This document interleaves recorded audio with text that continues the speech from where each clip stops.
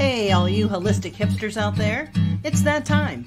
So grab your chalice of choice and sit back and sip along with us. We would love to welcome you to the Tea Podcast, where we spill the tea on all things holistic in the pet grooming industry. Let me introduce you to our hostesses with the mostesses. She is the socialite of skin and coat care, Ms. Michelle Knowles. And the queen bee of all things oily, Ms. Melissa Conti-Diener.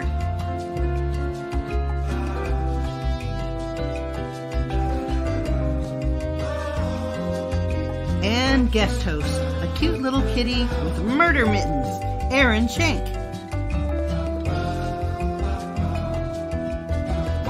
Brought to you by theoilygroomer.com. Are you searching for a new and more mindful way of grooming? Interested in understanding how to grow your grooming business with a more holistic and organic approach? Please contact Melissa Conti-Diener at theoilygroomer.com so that you can set up a meeting and bring balance and prosperity to your life. And allthingspaw.com. Intermediate and advanced courses in pet esthetician work, fear recovery, animal handling, and more. Get your learn on with All Things Paw. Spa La Paw in Vistancia, Arizona, ethical, educated pet care.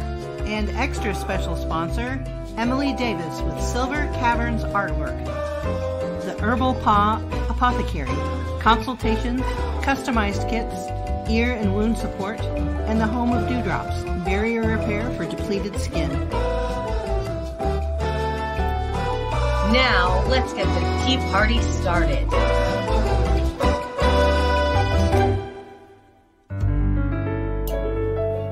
Alrighty. It is us. It is we. It is the Tea Podcast. How's everybody doing out there? Hello, hello.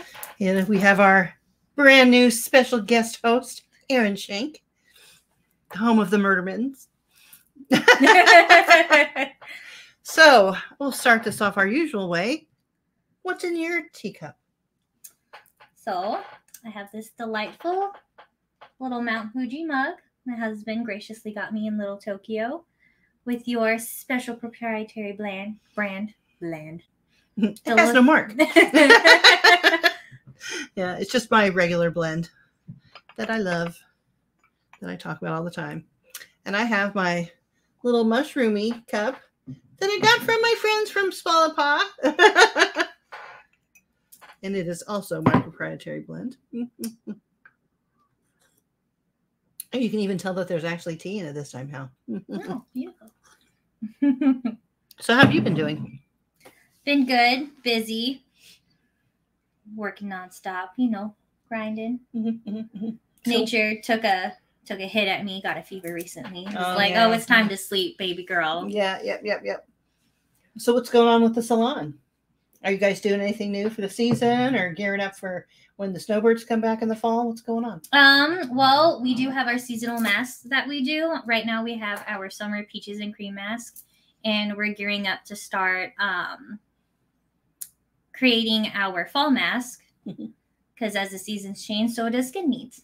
So that's really important to us. So what's in the peaches and creams? Explain that to me. So that is a probiotic mask that we always try to use like natural whole ingredients. So it's really simple, really effective. We use just plain like full fat Greek yogurt. We found a lovely blended peach tea that has chamomile and I want to say calendula. And there's clove too, which have a lot of great benefits for the skin, very soothing, that we just help blend with our conditioner, and we let it soak on them. And now, it leaves is it them just nice for and the soft. face, or do you use sometimes on the whole body? Oh, we use for the whole body. Nice. Nice. We always love to hit the sebaceous zones as used hot, which is always the underbelly, the ears, the tail, and the feet. People always forget the feet. Nice. All right. What do you have in mind for your fall? Last fall, we went with the pumpkin spice theme. This year, we'll probably do something around the same. Maybe we'll do something more leaning towards a sweet potato. Very nice. Yes, our lovely groomer Tracy usually thinks of the theme of the mask, and then you and I typically actually curate the actual ingredients that will actually benefit the pet. Yeah. Well, they just consult. I mean, they pick everything, and I'm like, yeah, that has an actual benefit or not. So very good, very good. Absolutely. So I recently went to Rocky Mountain Expo and spoke with a lot of lovely dear friends from the past and made a lot of new ones. And one of our special sponsors today, and probably for the near future, is Emily Davis, who has written a book, Guardians and Keepers of Myth. And I told her I'd make her a special spot. She is going to send me some of the artwork that goes with this story. And I'm going to make it into a quilt. So we're going to transfer it onto fabric. So that's another art thing that we've got going here. And I am currently, I think I have a meet and greet with Dr. Karen Becker. She's a DVM. That's all naturopath, holistic. She's got a podcast. She's an author. And Kate Clayson and I are going to Super Zoo? Yeah. Super Zoo. And it will be just an overnight thingy. So that's what's in my near future. Melissa won't be joining us for a while, simply because she's getting her education at EVIT figured out. And she has a whole new group of students that she's catering to. Plus, she still has to get all her materials in order and all the things. So she's a little bit busy right now, but she's not gone or forgotten. But she will be returning after she gets all of that hashed out and her curriculum gets all smoothed out. So, but in the interim, we have the lovely Erin Shank, and she is with us today. And what we're talking about today is BAM! State associations and why they matter. Oh boy. Yeah, what do you think, Erin? I think it is important to keep everyone on some sort of standard, and it helps the groomers themselves. It helps us to have that sort of community and like an actual backing. So when we have like those Karens or those crazy clients, or even just really concerned clients that hear all the weird, crazy, off-brand stuff that happens in the news of this one salon in Timbuktu and the freak accident happened, it's good to be like, well, we actually have standards and protocol and we hold each other accountable. So it just looks good for everybody. And I think it takes a lot of burden off of individuals when we know we can all come together. Mm-hmm. And that's a huge part of it. I agree. I think especially here in Arizona, we've tried time and time again to have an actual association, but it always falls apart for one reason or another. And I'm not accusing or naming names or anything like that, but for some reason, we haven't been able to form this type of community. And I think now we absolutely have with the Arizona Professional Groomers Guild. AZP double G. Right. We have, which is headed by Mercedes Shank. No relationship. And that is weird because that is not a common last name. And I was like double taken. I'm like, wait a minute, she's Shank and you're Shank. And why? Wait a minute. Cool chicks just have that last name. I don't know. That's such an unusual name to have and to know two people from the immediate area. I guess not if you're related and you have family. I don't know the things. I don't know the things. But anyway, I think that we're really going to get this done. Mercedes has really taken it upon herself to create an environment in which a lot of us do feel that we belong and that we have community. She's got lots of events. We've got a Halloween event coming that will include creative grooming, all kinds of vendors, education, and lots of games. It's family friendly and it's open to the community and not just the groomers, because we want to form a relationship with our clientele. And I think that's really important to have as many people know their association as possible. That way, if they do have questions, if they do go to a grooming salon, have an experience, and then have questions, they have an actual guild that they can go to and ask questions and get their voice heard, evidently. So I think state associations do matter because who else is going to help the community? You know, legislation may or may not be coming. I believe that it is eventually going to be coming.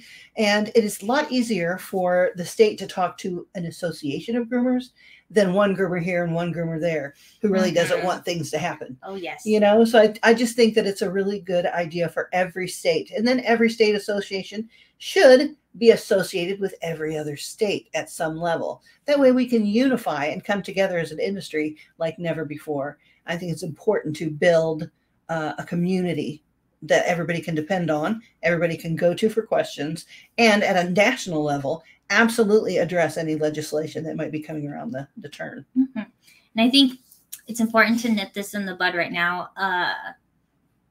There's like this back of the mind fear I think I've heard some people have about being part of a certain association or group means you have to do everything this specific way, like down to like you can only groom a dog this way, you can't shave this, you can only shave that, you can't do this, can't do that. It's not so much of like you have to groom this one specific way. It's more about safety and standards in terms of like health and care. No one's trying to tell you exactly how to groom. We just want to make sure everyone is safe and you have help when you need it. Mm-hmm. I think that's a big thing that I've heard some people have the fear of like, well, if I join it, does that mean I have to like change this or change that? And it's like, well, as long as you're safe and you're doing everything to the best of your knowledge, no. Mm-hmm. I think that's a really important thing people don't think about. I agree. And if you do decide to join, yes, there are requirements, little classes that you have to onboard, simply so that you can be aware of the latest in the technology of safety, how to use a grooming loop. You'd be surprised at how many don't use a grooming loop correctly, or any of the safety things that we have nowadays. And safety is number one: how to sanitize your tools, how to sanitize your shop, how to handle a dog correctly, so that you get the most out of the grooming experience. All those things, they're foundational. So if you're afraid, I'm going to have to change the way I groom, no, it's going to come by and police your style or your breed standard or anything like that. That's on you to improve or do whatever that you're going to do. But as far as the foundation of safety and sanitation and handling, I think those are the most important things that clients care about. So that's something that we are planning on doing. We already have an onboarding program with the Guild that has little videos that you just, after you join, they're free for you to watch. And then you can say, okay, yes, I've seen these, and I adhere to the, to the, what do you call it? Code of ethics. Yes. She's my anger interpreter. So you adhere to the code of ethics, which is just be safe, be kind, don't abuse anybody. If you see abuse, stop it. Don't just say something, but stop it in its tracks. I often do tell this to students. If you see something that they're hitting, they're yelling, they're yanking a dog around, abusing a dog, don't just say something. Go over there and stop it. Mm-hmm. Even if you're going to get fired, because it's worth it. It's worth it to that dog. It's worth it to that life. And you want to be associated or work in the presence of someone who is abusing dogs. We all have to speak up about something, about this particular issue. As far as I'm concerned, one news story is one too many. And we are now hearing more and more of them, and always we ask, well, where was all the other groomers? Where were all the other people that were there? Was this person all by himself or herself or whatever? So it does matter. Speak up. There are a ton of salons that are hiring. They're not going to be mad at you for saving a dog's life in another salon if you are in fact fired for that. There's plenty of work opportunities for you to go to at any skill level. Mm-hmm. So I would hire somebody in a heartbeat that cared about the dog enough to say something and do something. Absolutely. So. Oh yeah. Yeah. So what kind of things are we doing with our state association other than just events? So yeah, the socials are a big part of it. We're also going to start getting the ball rolling on actual monthly grooming classes. I think we're also going to start working on like mini online classes for members that you have access to just being a member. And then we're going to start having actual in-person classes will reach out to the community, see exactly like who they want to see, what type of skills they want to brush up on, things like that. And then we're going to try, I think, to offer discounts too for those types of classes. And the reason she knows is because she's the secretary. Oh, yeah. That's why I keep asking her. I'm on the education committee, but she takes care of all the details. Yeah, I think a huge thing I personally enjoy about the APGG is that it's super focused on education. I think that's because grooming is one of those industries that you have to stay on top of your education if you want to like further your career, if you want to make a name for yourself, if you want to just keep a step ahead of everyone. The things are always changing. There's always new techniques. There's always new safety protocols. I don't know. I've learned like in like the 10 years I've worked here, like 5 ways to blow dry a dog. And that's just like one small aspect of it. There's always new science coming out regarding like health and safety and skin, new techniques, new coat types. It seems every week coming to the salon. So I do appreciate that we're very education focused, and we're also very social focused because I think a lot of us do get kind of stuck in our own little bubble. So it's really nice to have these environments where you can go and branch out just among your own fellow groomers without any sort of like judgment or what's the word for it? Just pressure. No pressure. You just come and hang out. We do talk about grooming a lot. And sometimes we just talk about other stuff, like, I don't know, girl stuff. Or whatever. Yeah. Or whatever. Family stuff. Spouses are welcome at our get-togethers, you know, unless it's specifically grooming. Right. You know, oriented. And a lot of us, like Mercedes and I already have like, we're both holistic groomers, but our styles are both very different. And we already respect that. Like, I have no issue with the way she grooms, and she has no issue with the way I groom, because we're just, the most important thing for us is safety and what's best for the pet. So that's cool too. Like, you don't have to worry about this person does grooms like this, but I don't groom like that. So are they going to judge me? No, as long as you're not hurting anybody. Yeah. You develop your clientele over the years. I really believe that in my heart. Whatever you offer, you're going to find your people that love just the way you do it and no one else. And if you don't think that, try giving your regular client to somebody else for a day and see what happens. Oh, you didn't groom my dog. This was wrong, and this was wrong, and this was different, and this was different. In the same salon. In the same salon. Absolutely. So, you know, we're very welcoming of that. And I think that all the backbiting that you see on social media, you know, it just shouldn't be there. We're all very different. I think grooming is an art. Very much an art as far as styling goes. And yeah, there's a basic standard way to get what you're looking for. There's all kinds of pathways to get there. I really do believe that. And there's a clientele for each and every style out there. I believe that too. I agree. Every client has different needs. So every groomer, you can find your match easy. If we all groom the same, we'd only like cater to like the same like 5 people. So that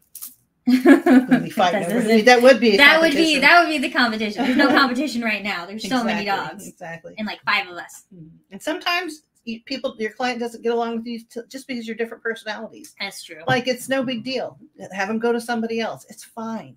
It's fine. You know, some people love to be loved by everybody, but I think that's kind of an impossible goal to achieve. You know, you can't be loved by everyone.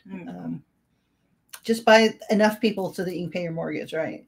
That's the important part. That's another great thing about having a state association is maybe a client doesn't mesh with you, but they're not necessarily a bad client. You can network out and be like, hey, I have this client that's not working out with me. They have these specific needs that I can't meet. Is there anyone else in this area? And with an association, you actually know the people. Super great part of networking, and because you can send them somewhere else that you can trust. Because sometimes I know it can be a little scary of like, well, I know there's other groomers in the area. I don't know how they groom or what their ethics are, but you could try them. You know, it's great to be like, oh, I know this person, this person, this person. I've been to their salon. I've met their children. You know, they're a great person. Right? We holiday. Yes. So that's important too. Networking is beyond just like having a community of friendship and knowledge. It's also being able to correspond clients, because like I said, not all clients that don't fit with you are bad clients. They're just not right for your salon. So you can be like, hey, they do it this way. You actually might really enjoy them. I like it. Yeah. I like it. Yeah. Yeah. Support other businesses. Absolutely. And I believe, oh gosh, I'm so bad. I probably have to mention, I'm not going to even lie about it. There is a national organization, National Groomers Association, and I don't remember what the name of it is, but you do. All of you probably know what I'm talking about. If you get an association together, you can also be a member of this other association, and they do a lot of handling of legislation in different places and this, that, and the other. As you know, here in the recent past, not in the real recent past, but in the recent past, within a decade, California almost had licensing come, and Terry DeMarino and her group and other people helped her address this situation and get it off the books and say how, come back with something different because this isn't it. And sometimes they do, the legislators want to do things just to appease the people who are paying, taxpayers, the clients. But a distraught client does not a good case make, because they're just emotional. It happened to their pet. And yeah, I hate that happened to their pet, but that doesn't mean you should blanket all groomers under this one impossible legislation. And I don't see how making people pay a bunch of money for a license is going to make them safer. I think my deal is education and getting some kind of certification with a national certification like IPG or the one from Pat Lordson, Society of Canine Cosmetologists. I'm not too keen, and I know I don't want to get any flack for this, National Dog Groomers. I know that's been taken over by AKC. There's still a little bit of turmoil there, but that is one that was a standard national organization as well. You'd have to go to like Blake Hernandez and a couple of others. I think Helen Schaefer are the two names that just off the top of my head are in that world. So if you want more information about if that's settled down, how you get certified through them, I think Blake Hernandez is a certifier. So I would contact them or AKC to get more information on that one. But I know the Society for Canine Cosmetologists through Pat Lawrenson and IPG through Linda Easton. Linda Easton. Holy cow. Here, let me drink some tea. Hold on. Oh my gosh. Okay. Yes. Those are still rolling in the form that they have been. So those are some places to contact. Now, I know others have popped up, and I'm not familiar with each and every letter certification thing out there, but that's a good start. Those are the big three in my mind that you could contact, and then do your research and do a little bit of digging and find the one that's right for you. And with cats specifically, the only two I personally know about is IPG has a Master Feline Program, and then the National Cat Groomers Institute. So they're out there. And then, of course, we have the certification through Angie Coates for rabbit and small animal pocket pets. She's a great resource if you want to groom rabbits and guinea pigs and sugar gliders and chinchillas. Like, she's the one. So we have a really good group of resources to get more knowledgeable. And it's not even to be better competition to someone else, just better yourself. The better each one of us is individually, the stronger we are as a whole. Or we're just as weak as our weakest link, however you want to look at it. So that's basically how it goes. So it's like the law of physics. An object is only as strong as its weakest point. Exactly. And if we are to become, quote unquote, an actual industry, a recognized profession, a career profession, then we absolutely have to get our stuff together and become a little bit more unified than we have in the past. Everybody is afraid of some unnameable thing, like I'm going to lose money, or I'm going to have to pay a bunch of fees, or I'm going to have to do this and that. Well, the way to assure that you don't is to be a part of the solution and not part of the problem. So if you become active in your state association, or make one if you don't have one, and then become active in your national organizations as well, I think that's the best bet of becoming a unified force against people who want to see us be controlled in some way. And if we're going to be controlled, I would rather us be controlled by our own group. You know, doctors have their own board full of medical doctors. Dentists have their board full of dentistry. Cosmetologists has a board of cosmetologists. Plumbers have a board of plumbing, all plumbers, and groomers should have that as well. That's another big thing I see is people outside of grooming themselves, they always want to bring in like veterinarians to, what's the word? Like vet grooming? Yeah, to govern grooming. And those are two completely different worlds. I only know of a handful on one hand veterinarians that know anything about grooming at all. Yes. Ones that have actually been through grooming school just to see what it is so they can offer grooming in their practice. And others who have gotten into it as well. But just a small amount. Otherwise, they become veterinary dermatologists. That's considered a specialty. And a lot of them don't really know about grooming either, strangely enough. Grooming goes hand in hand with healthcare. It is hygiene. It is important. You can absolutely treat through the skin. So the more veterinary relationships that we as groomers can form, the better it is for the industry as a whole. And I know some who are doing just on the forefront, who are really gathering groomers together and giving them the love they deserve. We deserve that place. We're not a CVT, we're not a vet tech, but we certainly are derm techs, and we have a valuable position in the healthcare of animals that live in the home with people. So, yeah, we should collaborate with veterinarians and not have them just come and govern. For sure. Right, exactly. Yeah, we've been considered just whatever for so long. Just go and wash your dogs. You don't know anything. I think we know quite a bit. And I think we get our hands tied quite a bit by a majority of veterinarians, not all. I think a lot of the naturopath practicing veterinarians are a really good source of information and of a partnership because they understand that that is a valuable part of the health of that animal. I'm a strong believer in diagnostics. I think that you should see the vet as much as you can for if you think something is wrong. If you're concerned about something, you should absolutely see a veterinarian, at least get the diagnostics so that you know what you're dealing with.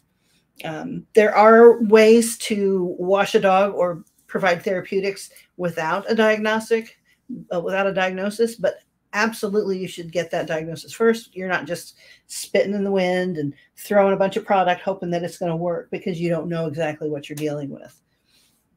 Things also always work best if you can work from the inside out. So, internal, not us. The vet can handle internal while we help external. So that's a win-win for the pet, for sure, anyway. So there is a place in the world for groomers to actually have a practice and not just cut the hair and be pretty. No. And there's always a space for that type of groomer. There's all kinds of groomers. There are groomers who only want to do hair and only want to make beautiful haircuts. There's nothing wrong with that. But we are experiencing a renaissance of people who are interested in therapeutics because we do see the pet more regularly than they would see the veterinarian. We are well skilled and well versed in looking at skin and seeing what isn't right and what is right. So if we see something that it ain't right, we should say something. We should be able to have external tools, external liquid tools to actually help the skin, and then have enough knowledge or be educated enough to advise the client, say, you know what, this isn't right. I can't say what it is. I don't know what it is, but you should certainly get it seen. I would really like all of us to be able to be at that level to say, you know what, this needs fixed.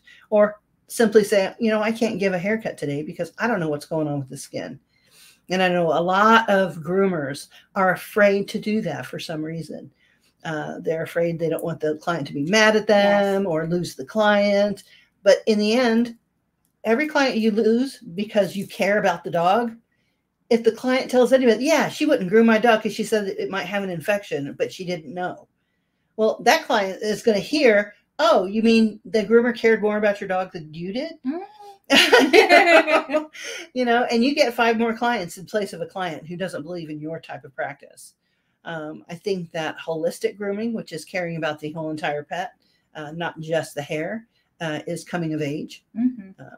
I think there's a lot of people who care about handling and behavior and what you're feeding your dog, what the home life is. That's holistic. Holistic doesn't mean just having shampoos without insecticides, you know, or something like that. It's an actual therapeutic way of thinking. It's holistic. It means mind, body, and spirit of the dog matters. The sound that you create in your salon, the environment you create is a relaxed enough atmosphere so fearful dogs can come in and get groomed and that nature. So I know you're thinking, well, what does this have to do with state associations? Because having a state association will give you a broader community from which to see their resources. If you're not holistic, but you want to be, but you're not sure what it means or how it is, now you have whole associations say, oh, well, her and him and they all do that. Now I have the resource of going to talk to those people. Another thing that the Arizona Professional Groomers Guild offers is we're going to offer specific mentorships based on what the groomer is looking for. So if you're looking for somebody who does holistic work and you're trending toward that, you have somebody that you can call up or email and say, hey, I'm really interested in that. I'm a member. And they're like, okay, let me get you started. Let's start here.